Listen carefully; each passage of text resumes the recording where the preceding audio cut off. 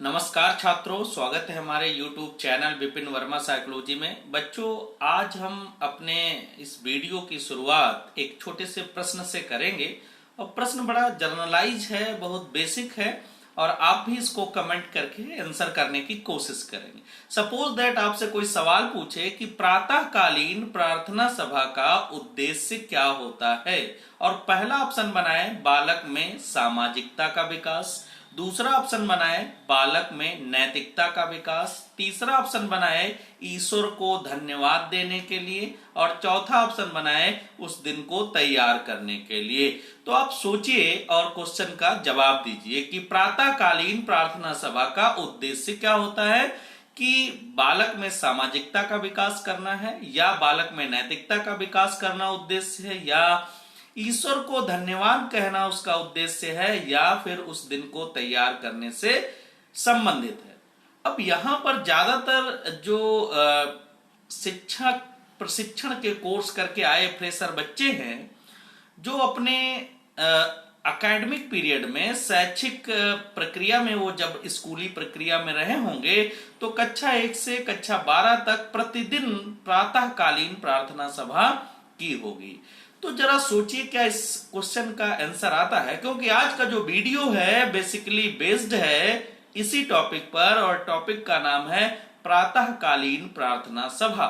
बच्चों, इस वीडियो को लाइक सब्सक्राइब करिए और फॉरवर्ड कर दीजिए दोस्तों तक, ताकि इसकी रीच बढ़े और ज्यादा से ज्यादा लोग इसका फायदा उठाएं।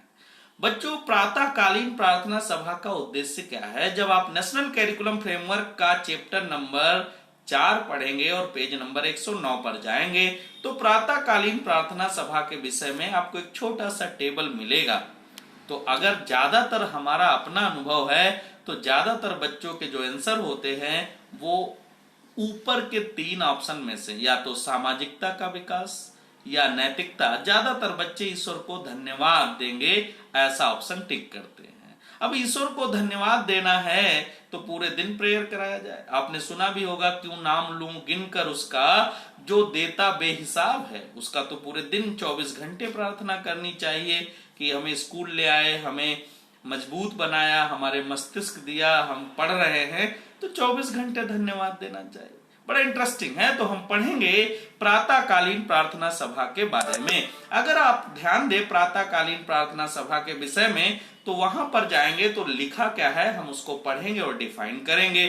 दिन की शुरुआत शिक्षक एवं बच्चे स्कूल और कक्षा को उस दिन के लिए तैयार करने के साथ करते हैं। क्वेश्चन जो था उसका पहली लाइन में आपका आंसर क्लियर हो गया। लिखा है बच्चे, यानी दिन की शुरुआत शिक्षक एवं बच्चे स्कूल और कक्षा को उस दिन के लिए तैयार करने के साथ करते हैं, यानी उस दिन को तैयार करना होता है। आपको पता होगा, जिस समय कोई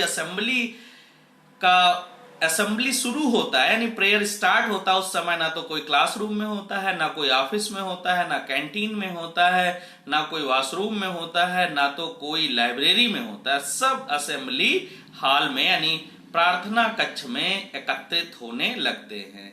यानी जो शौचालयों की साफ सफाई है, कक्षा में प्रदर्शन के बोर्ड लगाना है, सामग्री को व्यवस्थित करना है, इन सब का काम बड़ी आसानी से किया जा सकता है।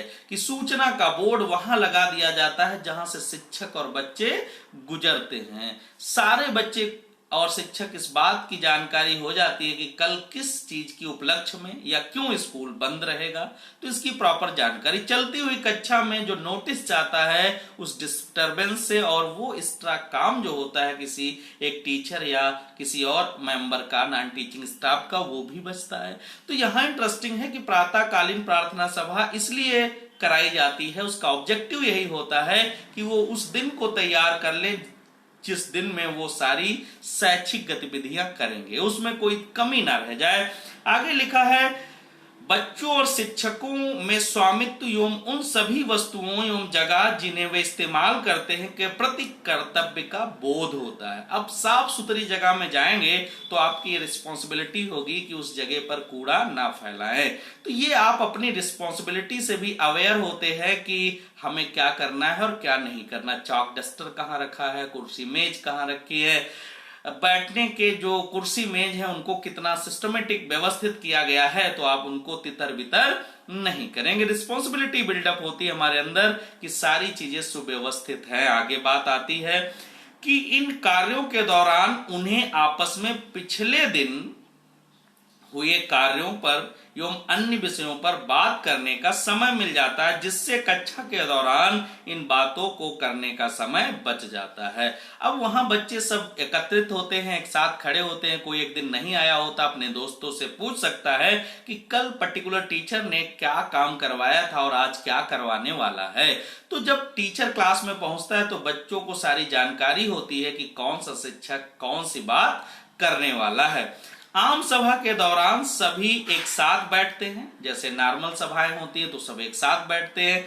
ना कि कक्षा और रेखा के अनुसार। छोटे बच्चे आगे बैठते हैं और बड़े बच्चे पीछे। एक दिन कोई प्रेरणादायक कहानी सुनाने में समय बिताया जाता है, दूसरे दिन संगीत सुनने, मेहमान से बातचीत करने, यात्रा का अनुभव सुनने, अखबार से समाचार पढ़ने एवं उस पर बातचीत करने और फिर सभी अपनी कक्षाओं में चले जाते हैं। कितना बढ़िया ऑब्जेक्टिव है मॉर्निंग असेंबली का। तो यहाँ इंटरेस्टिंग बात यह है कि मॉर्निंग असेंबली इसीलिए कराई जाती है कि सपोज दैट आपका बड़ा कॉलेज है, कई सेक्शन है और कोई मेहमान बुला लिया है, सचिन तेंदुलकर बुला लिया या कोई और महान व्यक्तित्व को आपने बुलाया हुआ है, तो वो प्रत्येक कक्षा में जाए और अपनी जीवन गाथा बताए, तो ना उसके पास इतना टाइम है और ये एक लंबी गतिविधि हो जाएगी। प्रेयर में वो आता है, सारे बच्चे खड़े हुए हैं, 5 मिनट में अपनी सारी आत्मकथा, अपनी स्टोरी वो बता देता है। सारे बच्चे उससे प्रेरित होते हैं, प्रेरणा लेते हैं। सपोज दैट यहाँ रोज कुछ न कुछ छोटी बड़ी गतिविधियां कराई जाती, जैसे दूर दराज से आने वाले बच्चे या जो वंचित समाज से या वंचित वर्ग के बच्चे हैं, जनजातीय बच्चे हैं, वो उतना ज्यादा सोशल मीडिया या कम्युनिकेशन संचार व्यवस्था से इतना जुड़े या परिचित नहीं होते।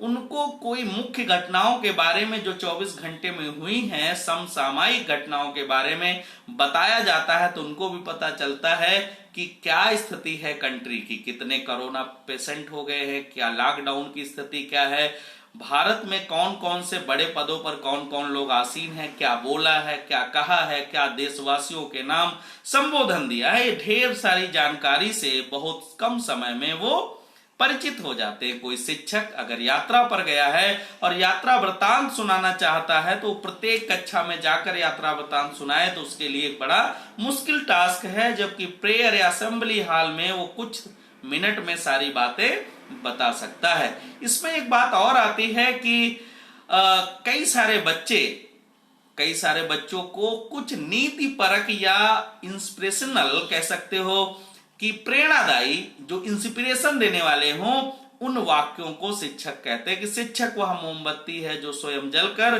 दूसरों को प्रकाश देता है। अब इनसे उनके अंदर मोटिवेट होता है, उनके व्यक्तित्व का निर्माण होता है, चरित्र का निर्माण होता है, संस्कृति का विकास होता है, कई सारी चीजें उनमें लाभकारी तरीके से विकसित होती।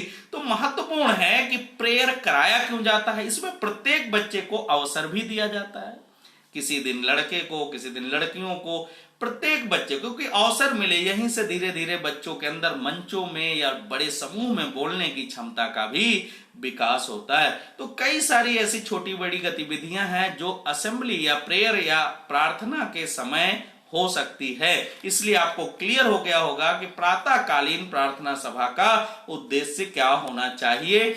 तो प्रातःकालीन प्रार्थना सभा का उद्देश्य उस दिन को शुरू या तैयार करने से संबंधित है। बच्चों, आपने वीडियो को प्रॉपर देखा है, जो आपके अनुभव हो उनको जरूर लिखो और फॉरवर्ड करो। बहुत बहुत धन्यवाद।